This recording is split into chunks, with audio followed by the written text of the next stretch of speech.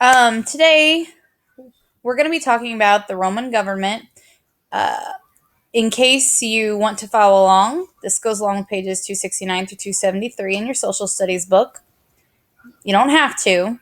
Everything you need is in this presentation. However, if it'll keep you on track better, that's totally fine.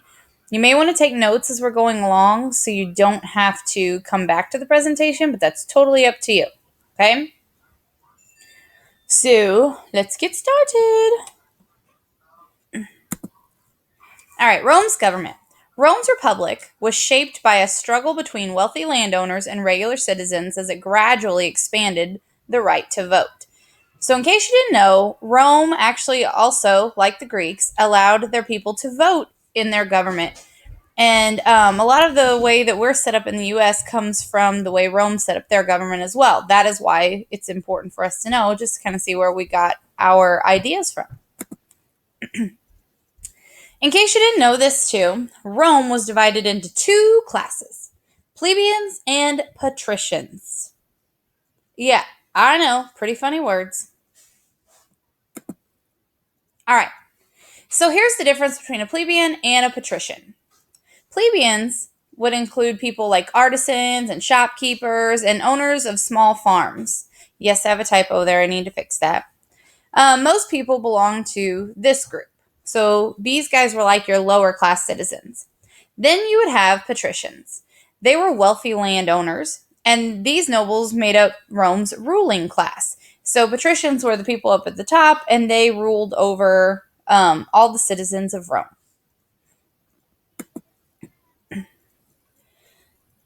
Roman citizens. Plebeians and patricians were considered to be Roman citizens. So even though the patricians were higher in their society, the plebeians still were also considered to be citizens. And this meant that they had the right to vote, they were responsible for paying taxes, and they had to serve in the army. However, marriage was forbidden between the two classes.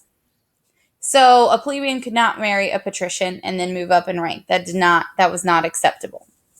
The one thing about plebeians is that they could not hold public office. So they could not rule and part of the government.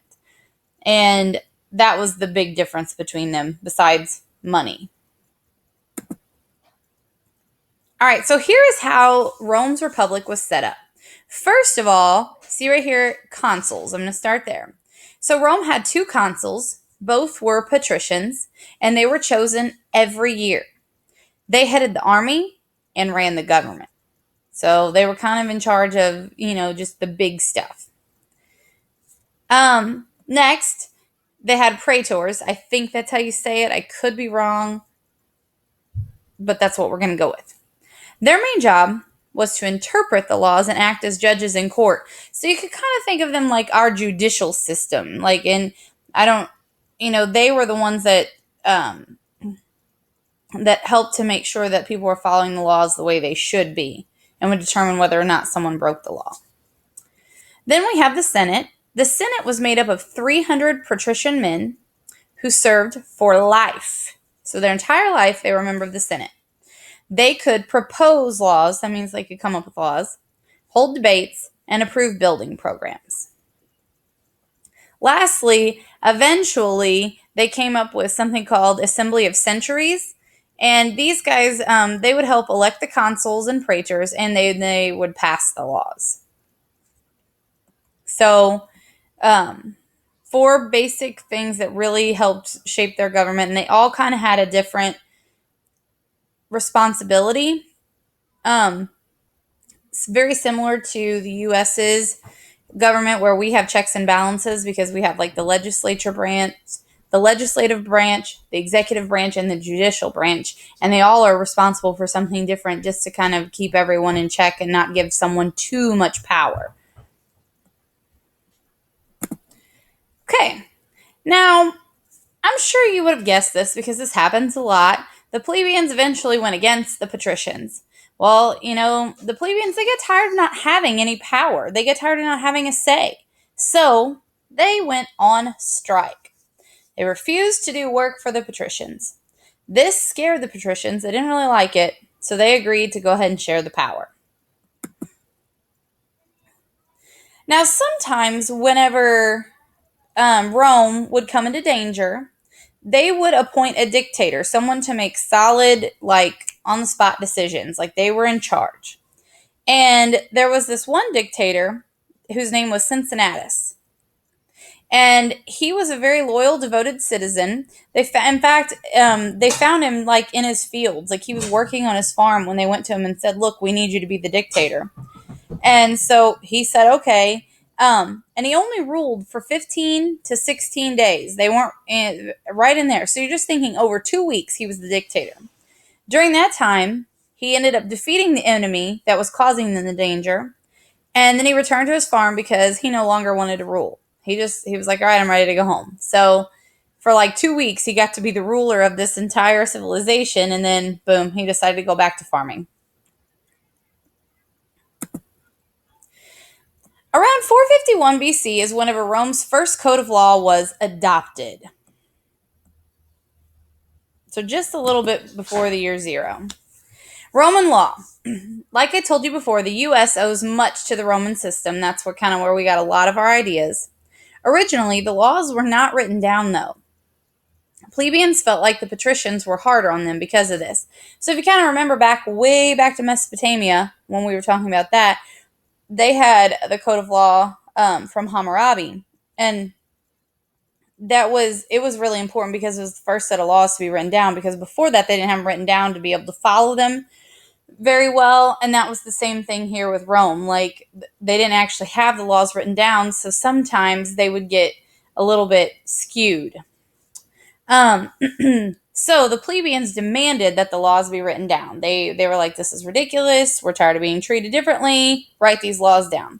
And the patricians, they finally agreed to this.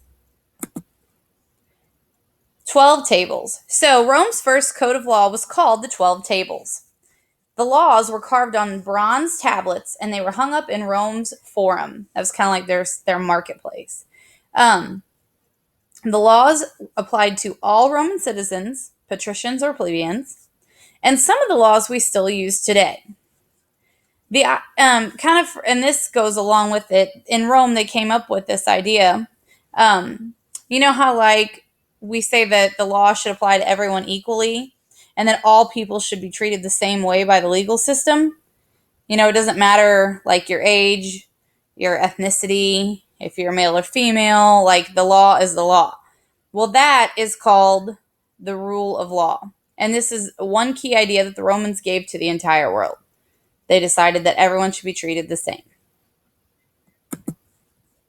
So, in conclusion, like I've said several times, Rome is where we got a lot of our ideas for our government that we use today.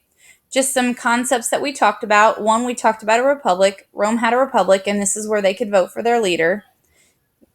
Rome was divided into two different social classes, patricians and plebeians. Patricians were the higher class. They were wealthier, and they could hold office. Plebeians were lower class citizens, but they could still vote.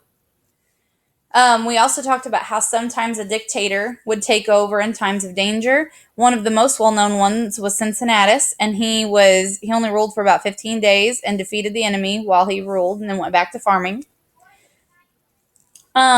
Another important thing that we talked about was the 12 tables, and these were the bronze tablets that had Rome's laws written down on them, and they were displayed for everyone to see. And lastly, we've got the rule of law. And this was a concept that Rome passed on to the world, and it's basically just the idea of treating everyone the same in the legal system. So, hopefully now you have a little better understanding of how the Roman government worked. And you need to check, well, if you have me, you need to check Google Classroom to see if you stole any work. And if you have Miss Capias or Miss Tucker, they will tell you what to do next. Have a great day, guys.